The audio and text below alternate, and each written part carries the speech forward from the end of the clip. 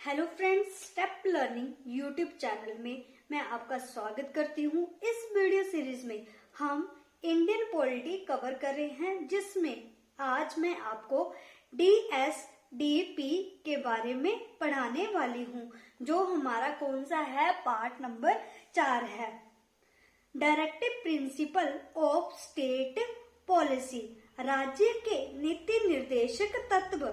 जैसा कि मैंने आपको पहले बताया था कि हमारा जो कॉन्स्टिट्यूशन है डिफरेंट पार्ट में क्या किया गया है, डिवाइड किया गया है, जिसमें हम पार्ट 4 करेंगे।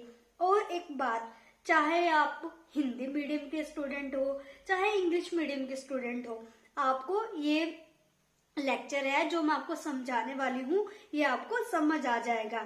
बस आप स्टार्टिंग से एंड तक वीडियो को जरूर देखना, जिससे आपको अच्छे से समझ आ जाएगा।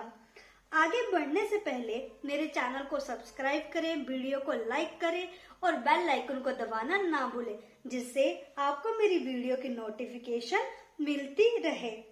सो फ्रेंड्स, चलो हम स्टार्ट करते हैं। सबसे पहले directive principle of state policy, राज्य के नीति निर्देशक तत्व। क्या है ये हमारे directive principle of state policy. ये क्या होते हैं? Non justiciable fundamental right to government. ये किसको दिए जाते हैं? स्टेट गवर्नमेंट को क्या दिए जाते हैं? फंडामेंटल राइट दिए जाते हैं। और ये कौन होता है? नॉन जस्टिएबल। अब जो इसका सोर्स है, अब ये हम लोगों ने कहाँ से लिए है? ये हम लोगों ने लिए हैं आयरिश से। हम लोगों ने क्या लिए हैं? इनको लिया है। ये क्या है, मैं आपको समझाती हूँ कि क्या होता है कि जो हमारे directive principle of state policy, इसमें क्या होता है कि हमारी गवर्नमेंट कोई भी रूल या पॉलिसी बनाएगी, उनको इन बातों का ध्यान रखना होगा कि आर्टिकल 36 से लेके 51 तक आती हैं। ये जितनी भी इंस्ट्रक्शन है ये नॉन जस्टिएबल है। मान लो गवर्नमेंट ने कोई पॉलिसी बनाई, तो कोई एक सलाह नहीं मानी, तो हम सुप्रीम कोर्ट नहीं जा सकते। क्यों नहीं जा सकते? ये नॉन जस्टिएबल क्यों है? इसका ये कारण है, हो सकता है कि हमारी जो गवर्नमेंट है उसके पास उतने रिसोर्सेस नहीं है कि वो सारी की सारी इंस्ट्रक्शन को फॉलो करे। जैसा कि मान लो कि गवर्नमेंट क्या कर रही है कि बच्चों को फ्री एजुकेशन दे रही है, 6 से 14 साल के बच्चों को फ्री एजुकेशन दे रही है। बट क्या हुआ कि गवर्नमेंट के पास पूरे रिसोर्सेस नहीं है, तो वो क्या कर रही है कि थोड़े बच्चों को क्या कर रही है? फ्री एजुकेशन प्रोवाइड करवा रहे हैं। हमारा जो देश है, उस जो लोग हैं, भले वो, हमारा जो देश है वो क्या करता है कि लोगों के लिए काम करता है। हमारी जो स्टेट है, वो हमारी जो स्टेट है, कौन सी स्टेट है? वो है वेलफेयर स्टेट। अब ये वेलफेयर स्टेट क्यों बोला जाता है? वेलफेयर स्टेट इसलिए बोला जाता है क्योंकि हम लोग इसमें क्या करते हैं कि इसमें हम लोग लोगों की भलाई के लिए क्या करते हैं? काम करते हैं। तो इससे हमें ये पता चलता है कि हमारे जो directive principle of state policy हैं, ये हमारे कौन से हैं? वेलफेयर स्टेट्स हैं। अब आर्टिकल हमारे पास क्या बोला गया है? Directive principle of state policy part 4, article 36 to 51। ये पार्ट 4 में आता है, article 36 to 51। These are the basic guidelines to raise the standard of living, improve public health, provide free education, etc., etc. They are not judicially enforceable। इसमें क्या बोला गया है कि हमें ये क्या करता है कि बेसिक गाइडलाइन है, उनको राइज करने के लिए हम लोग क्या करते हैं? इनका यूज करते हैं। इम्प्रूव करना पब्लिक की हेल्थ को, फ्री एजुकेशन देना, इन सब चीजों के लिए हम लोग क्या करते हैं, डायरेक्टिव प्रिंसिपल स्टेट पॉलिसी को यूज करते हैं। और इसमें क्या बोलता है, ये जुडिशली एनफोर्सेबल नहीं है। अब क्या होता है, जो B.R. अम्बेडकर जी थे ना, तो उन्होंने इसको क्या बोला था, उन्होंने इसको बोला था नोवल फीचर ऑफ कॉन्स्टिट्यूशन। किसने बोला था, डॉक्टर भीमराव अम्बेडकर जी ने इसको बोला था। अब जो हमारा जो है ना, जो directive principle of state policy है, इसको क्या किया गया है, 3 पार्ट में डिवाइड किया गया है। सबसे पहले आता है सोशलिस्ट प्रिंसिपल। सोशलिस्ट प्रिंसिपल में क्या बोलता है, कोई सोसाइटी या कोई प्रॉपर्टी कंट्री उस पर अधिकार नहीं जमा सकती। कोई भी प्रॉपर्टी होगी या कुछ कंट्री होगी, उस पे कोई भी अपना अधिकार नहीं जमा सकता। इसमें ये बोला गया है सोशलिस्ट प्रिंसिपल में। अब हमारे पास आता है आर्टिकल नंबर 38। आर्टिकल 38 में क्या बोला गया है, स्टेट की duty social, economic, political justice. इसमें क्या बोला गया है कि स्टेट की ड्यूटी होगी कि लोगों को वेलफेयर के लिए काम करे। अब ये होगा कैसे, कि हमारी जो गवर्नमेंट है उनको क्या करना है कि लोगों के वेलफेयर के लिए, भले के लिए काम करना है। तो ये कैसे होगा, अब क्या करेगी हमारी गवर्नमेंट, एक सोशल ऑर्डर क्रिएट होगा जिससे social, economical and political justice मिलेगा। हमारी जो गवर्नमेंट क्या करेगी, एक ऑर्डर पास करेगी, उससे क्या होगा कि सोशल, पॉलिटिकल जस्टिस मिलेगा। ये क्या करता है कि मिनिमाइज करता है स्टेटस, इनकम एंड अपॉर्चुनिटीज। इसमें क्या करता है कि हमारे क्या होता है कि कई बार हमारे स्टेटस को लेके या फिर उन सब चीजों के लिए कि वो हो जाता है, भेदभाव हो जाता है कि उसकी इनकम ज्यादा है, मेरी कम है, इन सब चीजों को लेके। तो गवर्नमेंट ने इसको रिमूव करने के लिए कि ये हमें सोशल, इकोनॉमिक और पॉलिटिकल जस्टिस मिलेगा, हमें इसमें ये मिलेगा कि हम सभी को जस्टिस मिलेगा। अब हमारे पास आता है आर्टिकल 39, क्या है, लाइवलीहुड। इसमें क्या बोला गया है, जो भी लोग हैं वो अपना जीवन जीने के लिए, अच्छे के लिए आजाद हैं, और वो क्या करेंगी, अपना जीवन जीने के लिए क्या करेंगे कि उनको रोजगार देगी गवर्नमेंट। ये भी इसमें बोला गया है। और इसमें बोला गया है कि equal pay for equal work for women and main. इनमें क्या बोला गया है कि आदमी और औरत, इन दोनों को इक्वल काम के लिए क्या किया जाएगा, इक्वल पे दी जाएगी। अब हमारे पास जो आता है article number 41, right to work assistance in old age and political justice. अब ये क्या बोला है कि हमारे जो है अनएम्प्लॉयमेंट, जो एम्प्लॉय हैं, ठीक है, ओल्ड एज है, सिक, जो बीमार व्यक्ति है, कोई भी हो, उनको वर्क करने का राइट देगा। हमारी जो स्टेट है उनको क्या करेगी, काम करने का अधिकार देगी।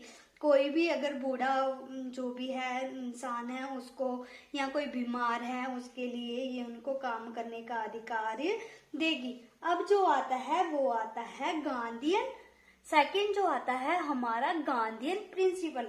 गांधीयन प्रिंसिपल में क्या बोलते हैं कि जो हमारे गांधी जी थे ना, वो आइडियोलॉजी को बहुत मानते थे, उस पे बहुत पर बेस थे।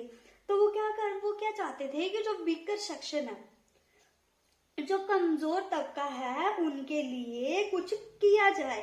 तो उन्होंने क्या किया था, गांधीयन प्रिंसिपल बना दिए, जिसमें हमारे पास आता है आर्टिकल 40 में सबसे पहले आता है विलेज पंचायत। विलेज पंचायत बना दी गई ताकि जो विलेज में है कि काम मिल सके। जैसे कि विलेज में मनरेगा चलती है, उसके भी कहता कि हर इंसान को क्या करता है, काम मिल जाता है। और भी क्या हो जाता है, बिल्लिस पंचायत में हमारे क्या बोलते हैं कि हमारी जो सबसे पहले जो पंचायत थी बिल्लिस की, जो कहाँ बनी थी, वो बनी थी हमारे पास राजस्थान में बनी थी। अब हमारे पास आता है article 43। Article 43 cottage industry. Cottage industry में क्या बोला गया है, सभी को वर्क उनके काम के अकॉर्डिंग अच्छी पे मिले, और जो सभी जो वर्कर हैं उनको उनके काम के अकॉर्डिंग अच्छी पे मिले।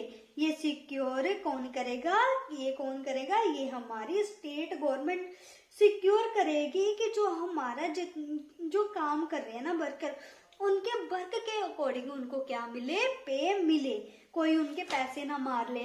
तो गवर्नमेंट क्या करती है, इन सब बातों का ध्यान रखती है कि उनके वर्क के अकॉर्डिंग ही उनको पे मिले। तो ये कहाँ पे मोस्टली कहाँ पे किया जाता है, रूरल एरिया में किया जाता है। अब हमारे पास आता है article 46 education and economic interest of SC and ST। Gandhi ji जो थे ना, वो क्या करते थे, जो बैकवर्ड क्लासेस है, लोअर तबके के जो लोग थे उनको प्रमोट करना चाहते थे। तो इसमें SC ST जो है आ जाते हैं। और गांधी जी ने क्या किया हुआ है, SC ST पे बुक भी लिखी हुई है, हरिजन। अब हमारे पास जो आता है आर्टिकल 47। आर्टिकल 47 में क्या बोला जाता है, to prohibit consumption of intoxicants. जो इंटॉक्सिकेंट्स होगा जैसे कि शराब, ड्रग, इन पर भी गवर्नमेंट क्या करेगी, लगाम लगाएगी कि ज्यादा इनकी बिक्री ना हो, इन पे कंट्रोल करेगी। कौन करेगी, वो करेगी स्टेट गवर्नमेंट करेगी। अब थर्ड जो आता है हमारे पास आता है लिबरल इंटेलेक्चुअल प्रिंसिपल। इसमें क्या बोला गया है, इसमें यूनिफॉर्म सिविल कोड की बात करता है सभी के लिए। इसमें साइंस के लिए, मतलब कि जो फार्मर है उनके लिए बात की गई है, ये सब इसमें बताया गया है। Liberal intellectual principle. अब हमारे पास आता है आर्टिकल 44 यूनिफॉर्म सिविल कोड। ये जो है ये इम्पोर्टेंट आर्टिकल है, ये पेपर में पूछा जाता है कि यूनिफॉर्म सिविल कोड कौन से आर्टिकल के अंडर आता है, वो आता है आर्टिकल 44 के अंडर आता है। जो लॉ बनेंगे नागरिक के लिए वो समान होने चाहिए, यूनिफॉर्म होने चाहिए, सभी के लिए जो लॉ है वो यूनिफॉर्म होने चाहिए। अब आता है article 45 early childhood care education till 6 year. इसमें क्या बोला गया है, 6 साल या उससे कम उम्र के बच्चे, उनकी प्रॉपर केयर एजुकेशन होनी चाहिए, ऐसा स्टेट गवर्नमेंट प्रयास करे। इसमें आर्टिकल 45 पहले जो था वो ऐसा नहीं था। क्या किया गया कि आर्टिकल 45 था वो अलग था, बट क्या हुआ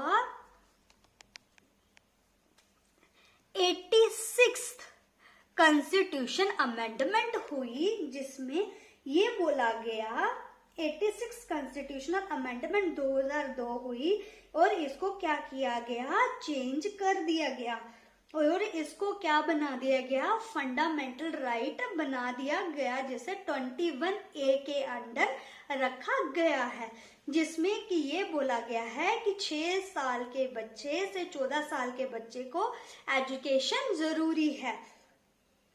अब हमारे पास आता है article number 48 agriculture and animal husbandry. अब इसमें क्या बोला गया है, हस्बैंड है उनके मॉडर्न और साइंटिफिक लाइन में ऑर्गेनाइज करना चाहिए। इनको ये बोला गया है कि एग्रीकल्चर को हमें साइंटिफिक लाइन में लेके आना चाहिए, कि हमें इसमें और टेक्निक ऐड करनी चाहिए कि हमारा जो एग्रीकल्चर है और अच्छा हो जाए। इसमें इस बारे में बोला गया है। नेक्स्ट जो हमारे पास आता है आर्टिकल नंबर 49 मॉन्यूमेंट्स प्रोटेक्शन। अब इसमें क्या बोला गया है, अब मॉन्यूमेंट्स क्या होते हैं, मॉन्यूमेंट्स होते हैं जो हमारी पुरानी चीजें होती हैं, धरोहर चीजें बोलते हैं, उनको बोलते हैं। जो हमारे पुराने मंदिर हो गए, जैसे किले हो गए, हमारे जो मतलब जिनको नेशनल जो है का दर्जा, नेशनल जो दर्जा प्राप्त है, उनको हम लोग क्या करेंगे, प्रोटेक्ट करेंगे। जैसे कि रेड फोर्ट हो गया, ताजमहल हो गया, इन सब चीजों को हम लोग क्या करेंगे, प्रोटेक्ट करेंगे, संभाल के रखेंगे इनको, इसमें ये बोला गया है। आर्टिकल 50 में ये बोला गया है separation of judiciary from executive, इसमें ये बोला गया है। अब हमारे पास बोलता है कि आर्टिकल 39, अब हमारे पास जो आता है आर्टिकल 51 इंटरनेशनल प्लेस सिक्योरिटी, इसमें हम लोगों को इंटरनेशनल शांति की बात की गई है। सॉरी, यहाँ गलत हो गया,